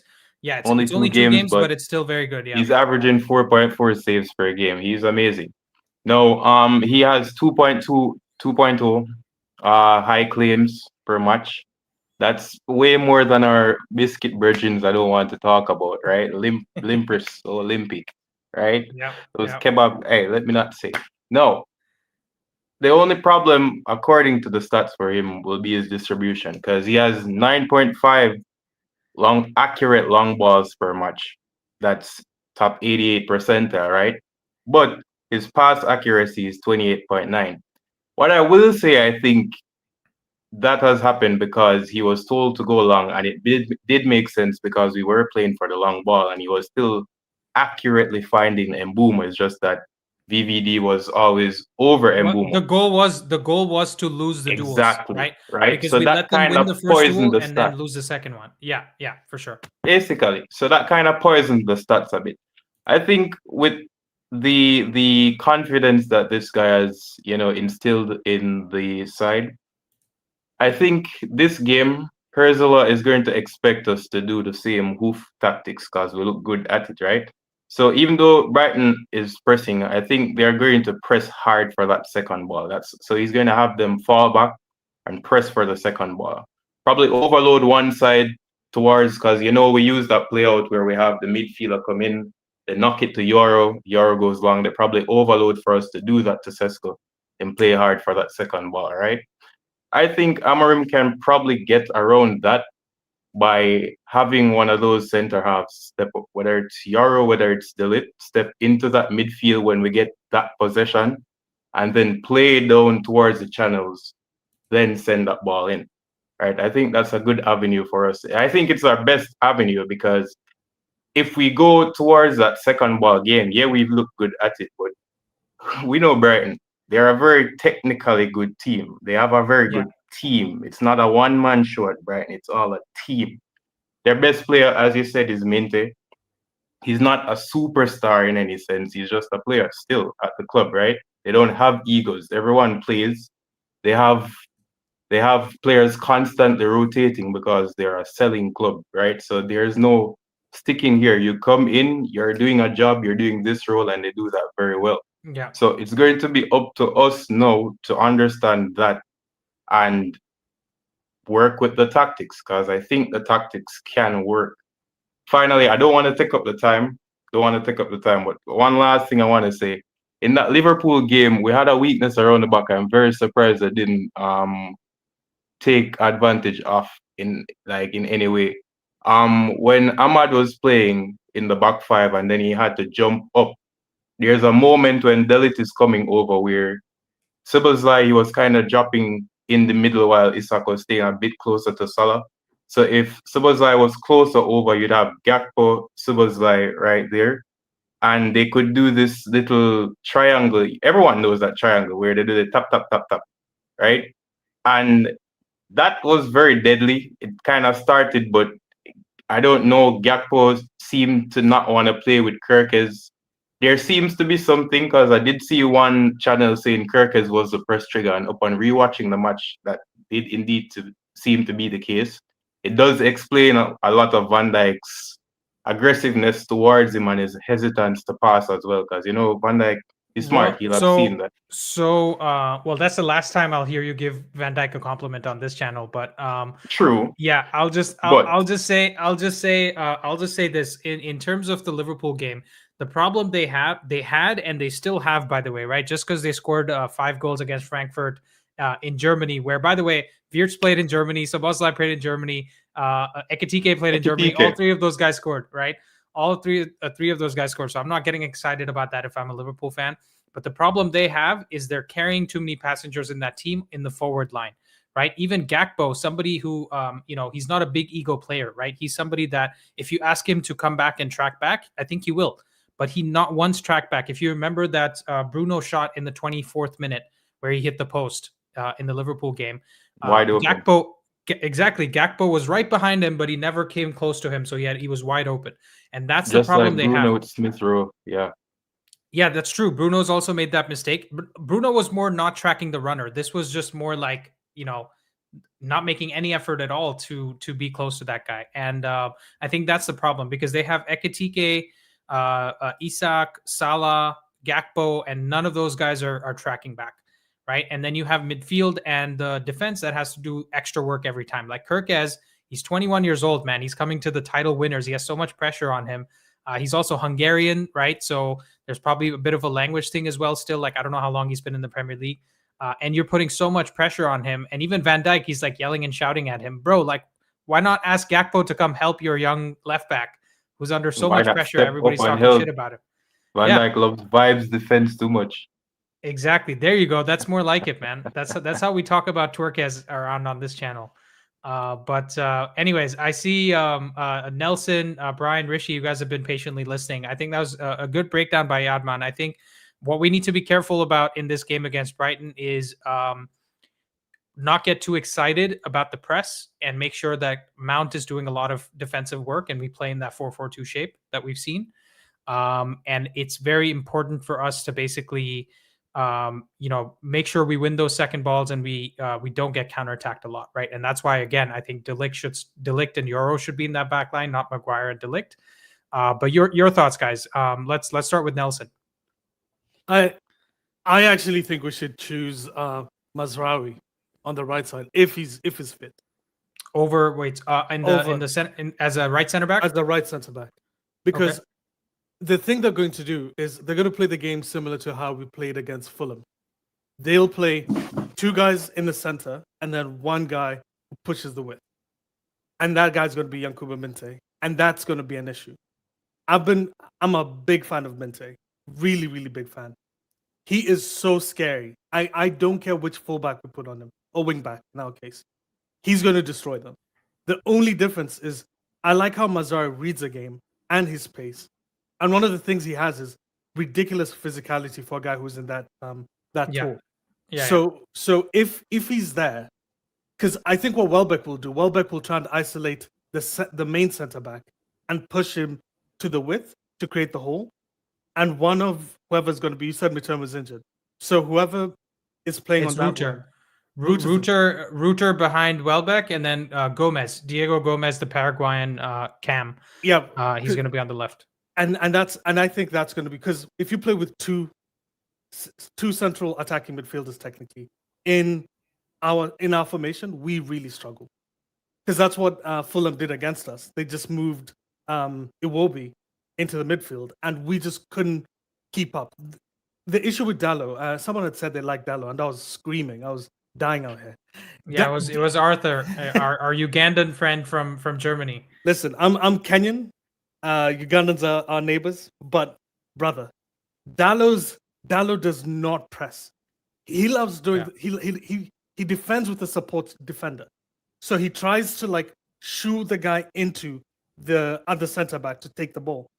But if you're playing against Brighton, these guys are just going to keep pushing him, and if he keeps falling back, it's going to be either De Ligt makes a tackle or Casemiro makes a tackle, and we're going to get a yellow or red card very quickly. Or even if they don't get booked, the problem is that they're going to have to go to ground or something or come out of position, which opens up space behind him. And the other problem with Dallo, by the way, which again, I can't believe I'm saying this about a 26-year-old wingback over a 20-year-old wingback, but his touch, dude, like if Brighton presses him from the mid block, his touch is shocking. And that's been very shocking this season.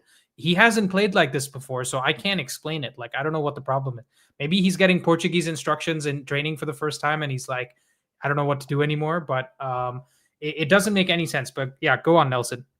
Yeah, it's to me, Brighton, and this is my honest opinion. If we beat Brighton, I genuinely think we've moved on. Like we're gonna be a much better team. I disagree with the Mount thing. I think the Mount was impeccable against Liverpool because of the fact that he does track back and he does press well. But against Brighton, we need pace. I think we need to play Cunha, Mbumo, Sesko as a front three. And we kind of play like a weird counter-attack. We have to counter them in ways that they don't expect us to play. I think if we try and play the way we normally play, which is we just keep the ball going around in circles, because that's what they'll do. They'll just wait. But they're going to sit in a low to mid block. So how are we going to counterattack them? Because that's a point where Cunha's most important. Because that Liverpool game, I don't care about GA. He was our best player by a mile. Oh, absolutely. Yeah. There's no disagreement there. Yeah. And the reason why I think he's so important in that game is whenever he dribbles, he's comfortable dribbling in the middle, in the center, and on the wings. And we'll need to drag players away constantly. There we go, Robert. Good job. So whenever I see our team play, I'm really panicking if we play Mount because we will not get the ball out at all. I don't see that as an attack. The reason why, again, I think, was I having this conversation with you? Were we the ones talking about Casemiro in the midfield, or was I talking about something? Yeah, we were. Yeah. So again, we have a kind of a similar point here because I don't disagree with you about the point that Cunha is somebody that's good at breaking down a low block or mid block because he's a maverick that can, draw three players towards him, beat all of them, and now they're out of position, right? Same thing you're worried about with Dallo taking a poor touch and somebody else coming out of position. Same thing Cunha can do. But the problem with Cunha is as good as he is on the attack, he doesn't give you the defensive cover that Mount does. So if you're worried about Dallo or Dorgu on the left-hand side, which we all should be, then you need Cunha in that team for the same reason that you think the problems are with those guys, right? I think Arthur's back to defend his name right here. So let's bring him back in. Arthur's had enough. He's like, you guys keep my name out of your mouth. Let's go, Arthur. What do you have to say? I see Nelson was out here letting everyone know. Yeah. So I hear you on. There's so many things Dallo is bad at. Yeah. But one thing I've been able to at least know that he's consistently going to do is offer you numbers in defensive positions. Yeah. The problem is not that we have the problem is not the defending itself. It is how these guys defend. When one player is dragged out of position, who's willing to cover? Or when we win possession, most of them are quickly running off the same way you saw Liverpool players just darting off into the distance, leaving four players behind. And that's one of the issues with Dogu. Dogu will just, Shaw wins the ball back. He needs a passing option. Dog is already off higher than Cunha or Mount. And you think to yourself, come on now. If they press Shaw, and I like Shaw's ball playing ability, but come on now. Look at Shaw. The other thing is with with that left side entirely, it worries me that we have Shaw on that side against Minte. Yeah. Minte is going to turn Shaw. Shaw does not have the legs to keep up anymore. I mean, Andy was saying something about Salah looking like a championship winger. Salah doesn't have it. Salah does not have the speed anymore to to just kick the ball and then just chase it. Yeah, but Arthur, I'll give you an interesting question, right? I think I do agree with you. Again, the problem with Dalot Dorgu, which, by the way, to defend Arthur's point earlier, he did agree that both of them are kind of, equally bad, and one should start in one half and the other should play in the other half. So he wasn't really defending Dalot to the hills. But I think your point on Shaw, right? Which is the one game that he's looked the worst this season? It's the City game when he got bodied by Haaland. And he conceded that goal, right? So it's actually been the strong and fast type of strikers that he struggled against, not really the pacey and weak strikers like Minte is, right? Not saying that he can't switch off. Listen, Minte might score a hat trick from his side, and we'll all be here talking about how crap Shaw is again. But my point is that Shaw actually, in terms of reading the game, he's been okay. In terms of passing, also he's decent, right? And in terms of strength against players who are like as tall as him, as strong as him, or less, he seems to be okay. So I'm not too worried about Minte in that sense. What I am worried about is Dalot switching off defensively and not providing cover for Shaw. And I'm also worried about Dorgu doing the same thing. So I do agree with your point, which is Dorgu's probably very excitable to get a bit more than Dalot even to get forward, and that could be a problem for us. But honestly, like, again, coming back to Nelson's other point, which is that we need pace and we need some good dribblers in this team. If we are going to play Mount, because we are worried about the defensive side of things, then Dorgu fits in much better in this team because he can provide that pace beyond Mount. And he can be a partner for Šeško, and also left-footed crosser instead of right-footed crosser from the left-hand side, right? So those would be my arguments. The only issue I have with Dorgu is I think he does carry the ball well. By the way, I actually do think he's a better ball carrier than Dalot. And his touch isn't bad either. His touch seems to be decent. Here's the problem: he has no end product at all. He doesn't cross well, and I get Arthur's point about Dalot. I actually think Dalot, when he decides he's going to do something, he actually is a great cross of the ball. He does do some good progressive play whenever he feels like it. But Dorgu, I get frustrated the number of times he does get into the box. And you can see he goes, what am I supposed to do now? And I think against Brighton, you need people who are very quick. In my opinion, I think, and it's crazy because my brain is struggling to think about this, but I think we should play a more defensive situation. And then you just have faster players up top whose whole goal is running at that defense, in my opinion. But I agree with I think Dorgu. Sorry, Yadman just gave us a POV of Dalot in that game. That's exactly what I see. See you. Yeah. I think we just have to basically adjust our system to that specific team. And to me, Mount worked against Liverpool for a very specific reason. But he also worked against Sunderland, though, right? And Sunderland arguably will play more similar to Brighton than Liverpool played, because Liverpool is one of the only teams that's like gung ho, high pressing as much as they do, and City's probably the other team that does that.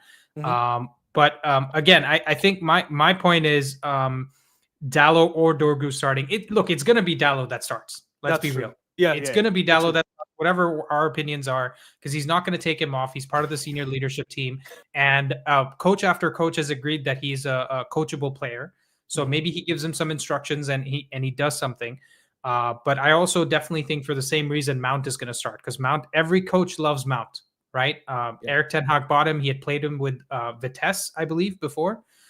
Played with him there, and then he bought him for that reason. Fortunately, he's been injured, but I think he's going to start. So Rishi, give us your thoughts on the conversation that's going on right now. There's a lot of, I guess the left-hand side of the pitch is a concern. Yeah, so I don't disagree, and I also I'm sat here. I'm not going to be against you. I'm sat here and I'm thinking there's a bunch of United fans who are worrying so much about what Brighton's going to do that we actually just completely skipped our mind what we can do. Did you guys watch that awesome duo of Ahmad and Mbumo on our right hand side the last game? They were fire, guys. They put everything into tracking back. They were strong. They were quick. I saw Ahmad put in his best defensive performance in the 5 years he's been here. Right? What is he brilliant at? He's brilliant at pressing very high up and forcing a mistake. Their left back is Cardiolo. Cardiolo is a jack of all trades. He plays everywhere. Right? He was injured for most of last season. He's just come back, getting a run of games now. He can be got at. Right? They've got Van Hecke, who plays left centre back, if I'm not wrong. And their game is basically keeper gives it to Van Hecke. Van Hecke plays a line breaking ball behind the first line of press, and it, someone like a Welbeck or a Minte receives the ball. Mount is going to be super important because he mans that press like it's nobody else's business. He's got brilliant positional awareness, great discipline, good with the press. He can lead the press very well. I think he's going to start Mount in the 9, and he might start Cunha in the left 10. I would love to see Sheshko, but I think Sheshko is because see the way Brighton has been playing for the last 3 or 4 years, the way to get at them is to lead the press very well. Now, someone would argue that Sheshko could do that very well. I haven't seen as much of Sheshko, but I know for a fact that Mount can do that. With his discipline, with Mbumo's discipline, with I wouldn't say Cunha's discipline, but Cunha has that little magic, right? He has a moment of like, oh my god, that was crazy. So I think we have a lot that can hurt them. Of course, there's not much needs to be said. Adding to what you guys said about our left-hand side. So yeah, I'm quite confident. In fact, if you're asking me what could we do in January, I think there's no suitable midfielder that's available. I know people are giving shouts for Conor Gallagher and all. I don't rate him much, or at least I don't rate him more than Mount. Well, what about Stila? What about Stila? Stila is not coming in January for sure because his 40 million release clause is applicable from summer 2026. And if he's smart, he doesn't get the buyout. There's supposed to be a 2 million buyout for Stuttgart, which they are very keen to implement. But if his agent is smart, he'll tell him, just hold on, you go to the World Cup and we'll have enough moves lined up for you. So Steelers not coming in January. And I, in fact, feel that we should get someone, either a left wing back or another right wing back. Because the left side of attack, right, because of Dorgu or because of Dalo, is very weak. Dalo, someone said very correctly that Dalo is so high up the pitch that you don't know where we can, when he can track back. He's got the pace, but if he's 10 or 15 yards behind the guy, about Dorgu or about Dorgu, about Dorgu, Yeah. about Dorgu. Dorgu's caught very high up the pitch whenever we lose the ball, and because his end product is missing more often than not, when he tries to deliver that end product, either he's tackled or he misplaces the pass.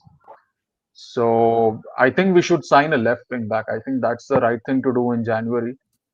Over a midfielder also, because top midfielder isn't available. And what Mbumo and Ahmad give us on the right hand side, imagine how a good left wing back will be able to unlock Cunha when a brilliant left wing back comes in. The way Mbumo's become like the star man right now, I don't think anyone will disagree. Mbumo is our star man. Right, he's absolutely reliable, consistent. He is we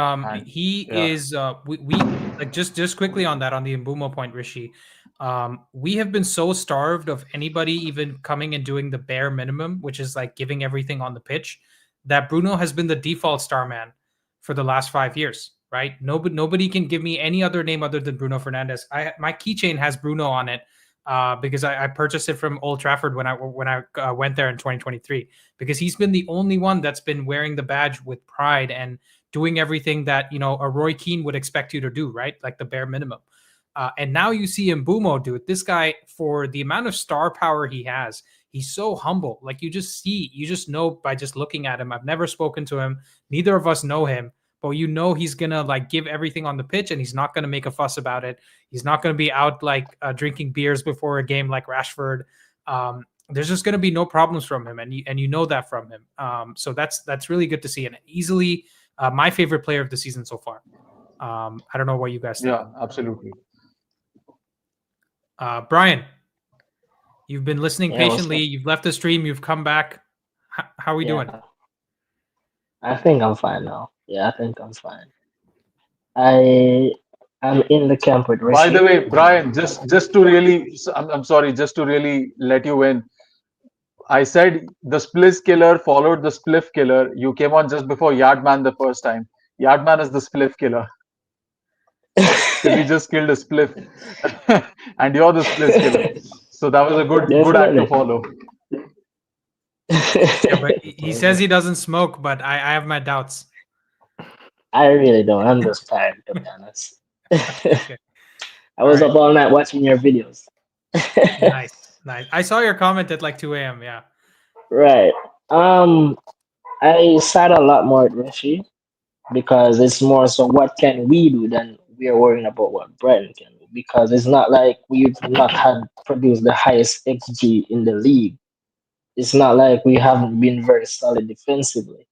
We have to put more trust in our players because yeah, there are deficiencies, and as we were saying, confidence, composure, looking at who is able to make mistakes, who can stand up against the pressure. It is all there, but I've seen that team when they're confident and they will play like Man City when they're confident. One, two touches, sliding the ball across the ground, finding the spaces in between, taking snapshots. It gets the crowd up, and we're at home. We need to be a bit more confident. We need to go into the game with a bit more belief.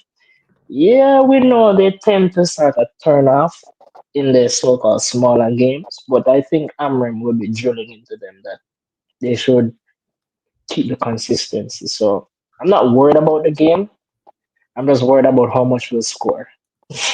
Also, by the way, Brian, it's a good point too. If we watch that Liverpool game, how cold was Ahmad to put in Brian and Bumo at the perfect time? Because if he's half a Right. second late or half a second early, Van Dijk Offside. probably gets there. Konate probably gets there. Yeah, if he's late, he's offside, and if he's early, The Right. then And weight the of outside defender foot gets there. pass, pass too. just The the weight of weight pass. of It's pass good. was Yeah. perfect. And Outside this is foot. in the 65th second, okay, 65th second Right. or 60th They were second on when he it. passed it, They were on it right? like So that. we were switched on. And how many times have we seen before that Liverpool game where Ahmad and Mbumo are like passing just behind each other or just ahead of each other, or the weight of pass isn't good? So what we're saying, and Rishi is spot on about this, one thing we have Right. missed is that the chemistry between Ahmad and Mbumo is there. Like, they're playing for the same nation in the AFCON. But they're not, obviously, but they're playing for us, which is so good to see. And that's what I'm saying. If it, like Brian said, if we go into that game, Yadman's having another Dallo moment.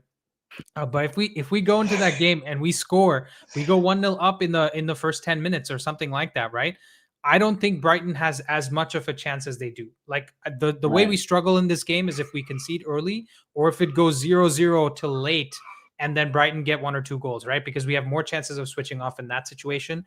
And even through all this crap time that we've had under Ten Hag and Right. Ollie and now under Amarim, I don't think we've lost a game in a long time after we go 1-0 up after we're a goal up at halftime, right? If we We should scored in the have killed first half at Fulham. Old Trafford, yeah. No, at Old Trafford. At home, we have a very good record if we go into Right. halftime one or two goals up. And so if we can do that in this game, I have I'm much more confident about winning. Yeah, you're exactly right. Because when we score, we start to settle the nerves in the team a lot because they seem to get a lot more anxious when they don't score, and they start to do a lot of unnecessary things Mhm. just to get into the game. But when we score, just as we saw at Sunderland, the team controlled the game a lot more. Even though they were rushing in the second half, we controlled the game a lot more. We should have been at least 4 to 5 goals up in the Sunderland game, but you could see once we have control of the game, we could make better decisions, which was good for the team. It was a boring game, but that's the good part. It wasn't basketballish. Right. Okay, guys, we've had a long discussion, right? All 50 of you that have watched so far, I really appreciate you guys. after everything we've discussed, has anybody changed their score prediction? I just want to hear it from you guys before we move on, and we'll end the stream there. Yadman, give us your score prediction again. 2-1 United. Okay, yeah, you got to give us the team as well, because a lot of people being negative about 2-1 United. So come on. 2-1 United. Let's go, Nelson. All the way. Optimistically 2-1. Realistically, to us, to Man U. Realistically, 2-1 to Brighton. Yeah, I thought you were going to say optimistically 2-1 Brighton, pessimistically 5-0. 5-0. No. Amram gets sacked. Yeah. Brian, what was your? You said 5-0 already, right? Yeah, as a joke, I think 2-1 to 3-1 would be realistic, but we Yeah. can dream. We can dream. We're at Old Trafford. The third of How things. nice would it be, by the way, if we just got like a 5-0 victory and like we just see Yeah, Jamie Carragher win the crying, league. just We're going to win the yeah, league. winning the Yadman's making the bet already. He's making the bet already. He's gonna put his money on United winning the league. This is gonna be like the Leicester scenario. Right away. If we win the league. Remember when we lost to Grimsby Non-stop. and Rishi was all down, and I told Rishi we'd finish in European spots. He was not so optimistic. You tell me what you think now. Is 60 points the only thing we're getting? I know we're To getting be more. fair, I think that one game a week is starting to chip in, and we're going to see it chip in more. Brighton will be the next 5 games are the real test to see if we really have that, as everybody else travels in the week. Meanwhile, we just stay at home and work on the Andy, can you fundamentals. pull up the next 5 fixtures? Pull up the next 5 give me fixtures. 1 It's second really because I interesting. just want to say something related to what Brian just said. I'm not trying to brag, guys, but I will brag because 12 days ago I predicted that Amram's Man United will finish in the top 4. Okay, 12 days ago. So let's put some respect on my name as well. And I've been the most positive about this freaking team for Definitely. so long. And this is, by the way, 12 days ago was before we beat Sunderland. It was before we beat Liverpool, right? And this is when everybody was calling for Amram to get the sack.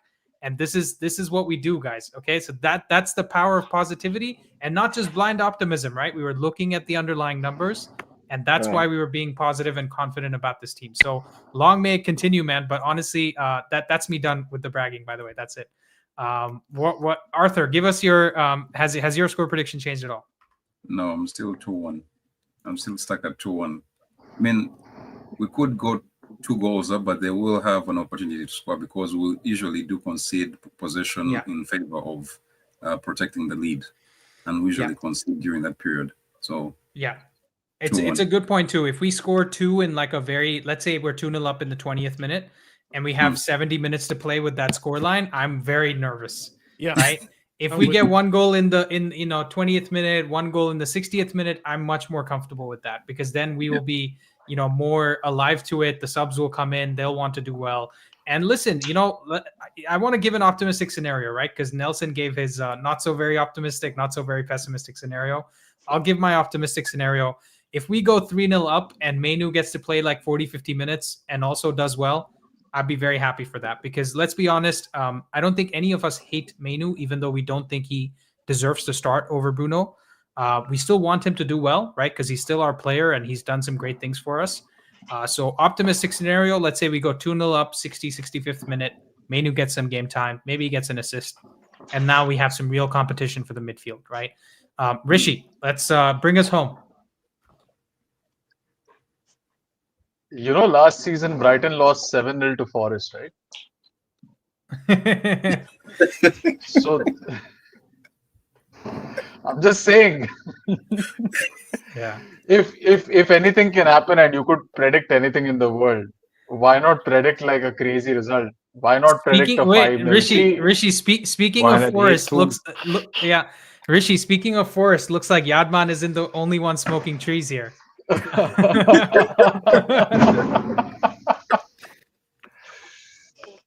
You know what? Yeah. I think if you ask that octopus that predicts the matches, he's going to like I've done a crazier thing than he has done.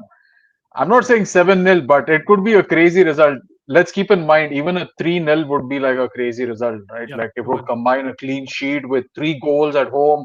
A 3-0 would be a crazy result. So you never know, dude. We're going to win the league. What is this?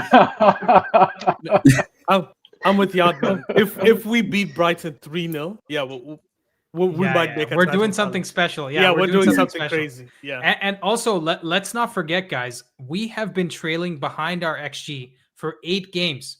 So it's about time that we overperform XG and do a madness in a game, right? Where we come Remember our back. hat trick And, loading. yeah, now that we're getting this excited, we're gonna lose, guys. I know it. I know it. We're all getting gassed. We're all convincing ourselves. Yeah. This Hey, is well, what it I looks will like say- in a boardroom when people are negotiating salaries for the CEOs and everything, right? Everyone's like, no, you should get paid more. You should get paid more. Well, I will Arthur, say. I think Arthur was going to say something. Yeah, can I add something before we go? I mean, everyone is in high spirits. I get that, but I think we are going to we've struggled to break down low blocks. Definitely. I don't know if it's because the players do not know how to operate in intricate small spaces, but you see it whenever team just tells us have the ball, we just cycle it around them, hoping that they open up eventually. And seeing that Brighton has conceded possession already to the big teams, so you know we are really in it for we are really in a the problem, Arthur. The problem you're talking about is essentially it's not so much that we are, like, let's say, the worst team at breaking somebody down. The problem is that when we're cycling the ball through, we switch off defensively. Because we'll make a mistake. We'll have one poor touch and nobody's awake to get to the ball and close that player down, right? And so that is the problem. Because even against City, that's the mistake we made. That goal that Haaland scored on the counterattack where Maguire passed it straight to Bernardo Silva, we had all 3 center backs inside the City final third, right? We were so far deep because we're trying to break them down. And then one mistake and we concede. Right, we concede a high XG chance as well. So yeah, it's a good point, Arthur. But it's more fun to say we're going to win the league, isn't it? So let's go, man. Honestly, guys, great call today. Thank you so much for joining. And for those of you guys that are still online as well, great call. Thank you for sticking along. And all of you guys, I better see you back here when Brighton win. And Dallo scores a hat trick, and we'll all be here apologizing to Arthur, right? Did you just say if Brighton win? Oh, sorry. We win against Brighton. Sorry.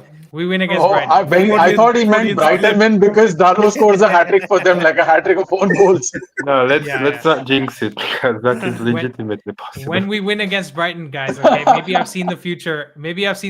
And I'm just trying to mislead you guys. But anyways, let's go. Glory, Man United, man. Let's make it happen. All right. See you guys later. Cheers.